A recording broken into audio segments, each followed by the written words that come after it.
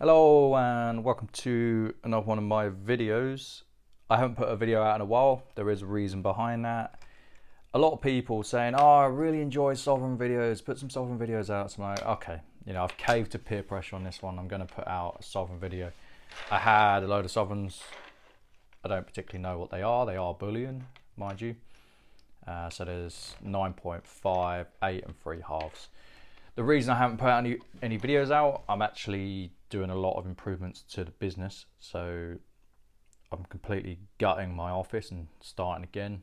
So it should give me more room to maneuver. I'm getting the website done properly, as you know. That's going to take time. There's nothing I'd consider rare in this batch.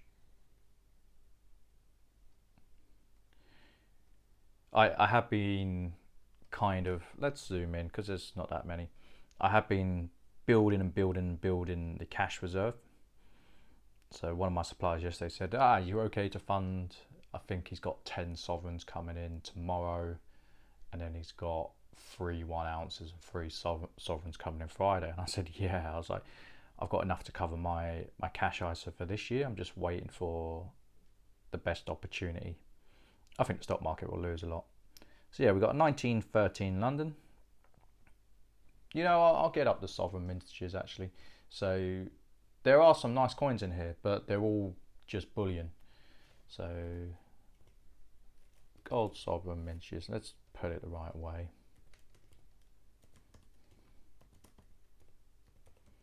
There will be less videos from me this month. So I thought I would just accept defeat this month and kind of rebuild from next month, which is okay. I'm not a machine. There's times where I've been absolutely exhausted and I can't do it anymore. I'm only 31, but the amount of times I've worked 100-hour weeks, it's just not feasible anymore. So I'm going to start building more and more passive income and kind of slowing down. I do have aspirations for other things, as you know. So 1911 London, again, nice coin. It's just bullion though. 30 million mintage on these. There'll be loads and loads and loads of these in the market. I see these dates pretty often. 1911 London again. I wouldn't be shocked if there's a few 1911s. So this one, there's one of them that's got slight testing mark. Again, I don't really charge different prices. I just charge for these types of coins. It's just the standard rate for me. Yep, 1911. They are nice coins. Would you grade them? No, don't grade these coins. There is literally no point in grading these coins. Unless you got something that you believe is going to get maybe a 67 or a 68, I wouldn't even bother. 1910, so different king. Edward VII. So 1910 is in the region of 22 million for the London no mint mark, as you can see. Let's move these over. So we've done these ones.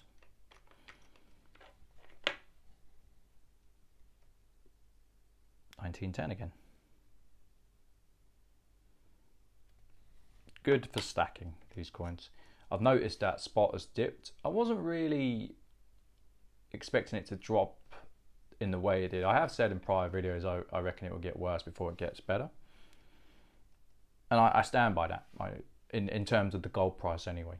You could say that in terms of life actually. I think life's going to get worse before it gets better. If you've got assets, there's going to be a lot of cheap opportunities coming up. Or at least that's my belief. 1913, 24.5 million. This is the one with the slight test mark. I think it's got on both sides. Yeah, one there, one there. Again, I charge the same price. So that's coin number 7. And a 1912, 30 million in terms of mintage. I got some half sovereigns. I wasn't expecting so many. So my supplier initially messaged me and he said, I've got 7 sovereigns coming in. And do you want them? I was like, yeah, I can take them. That's not a problem. So 1907, I see a lot of Edwards in terms of halves, but I don't see many halves. The halves I do get tend to be Edwards and they tend to be Georges.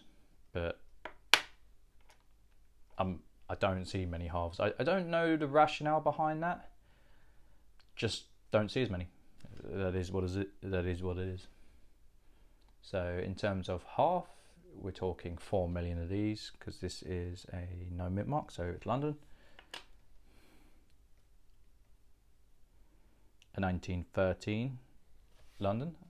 I think we might have a clean sweep on London's here. So the mintage for the half on this is 6 million. Again, there's no point, that they're just bullion coins. And a 1909 London no mint mark. So yeah, all Londons. I wasn't really expecting that. Sometimes that's the luck of the draw. You do tend to see a lot of this era, just due to the sheer amount of coins that are issued. Like you get a 1916, 1917, they're pretty rare coins.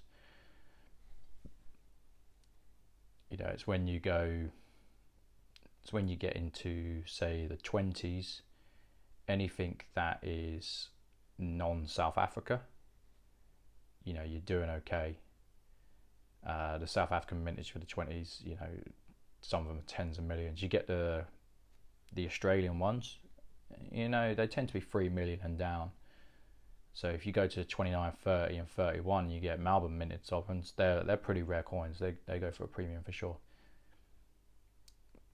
So yeah, that's the haul for today. It's not going to be a 10-minute video. I just wanted to explain why I haven't been around. You know, I am slightly tweaking the business in terms of how I trade for many reasons.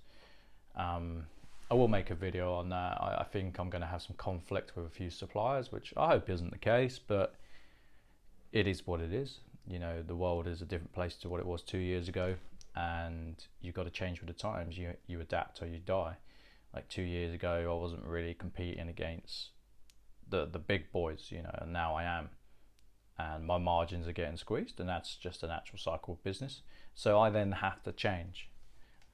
Oh, I can throw the towel in, which I will at some point, not because I'm quitting, because I can't hack it. You know, I love being an entrepreneur, I love being a businessman. It's just a game really between many market participants, with myself being one of them. But it's more like, I think I'll get to the point with the coins, I'm like, I can't do it anymore. Just can't do it anymore. So these are your 11 sovereigns. I hope that people have enjoyed them. There's no particular favourites. They're just bought and sold for weight, and that's okay. You know, it's just bread and butter for me. You know, I slap a small amount on them, usually spot +3, depending on where the market's at. I always look at my competitors when trading. You know, coins in, coins out. I hope you've enjoyed the sovereigns, and I will see you on the next one.